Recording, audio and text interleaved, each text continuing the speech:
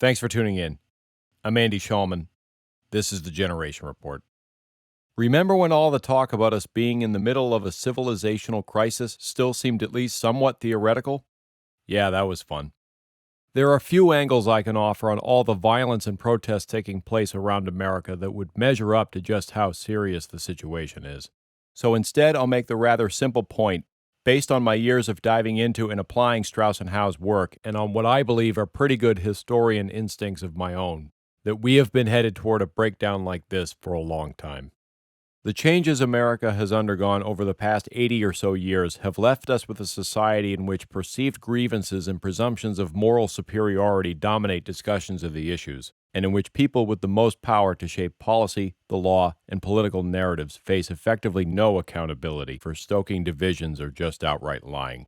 The end result is a political context in which outbursts of self-righteousness and mob-like behavior carry the day over attempts to persuade the other side, and at the expense of reasoned, constructive, peaceful action.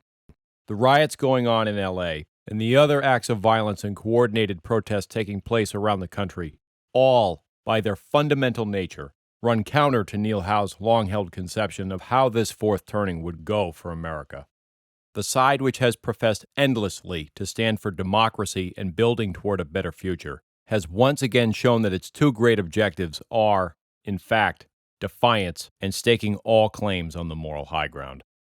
We were told that whatever collateral comes with huge political crises, somewhere within the chaos there exists a spirit of altruism and sacrifice and a mindset that paves the way for new, unifying public structures. But a turn of events like this proves as nothing else could the instincts that prevail instead when people become convinced the only reason it feels like civilization is in a crisis is other people. How did so many people become convinced that this was the real problem? Well, when you look closely, it sure seems that the meanings of some key words have been changed. Stay tuned. Thank you for listening. May God bless America.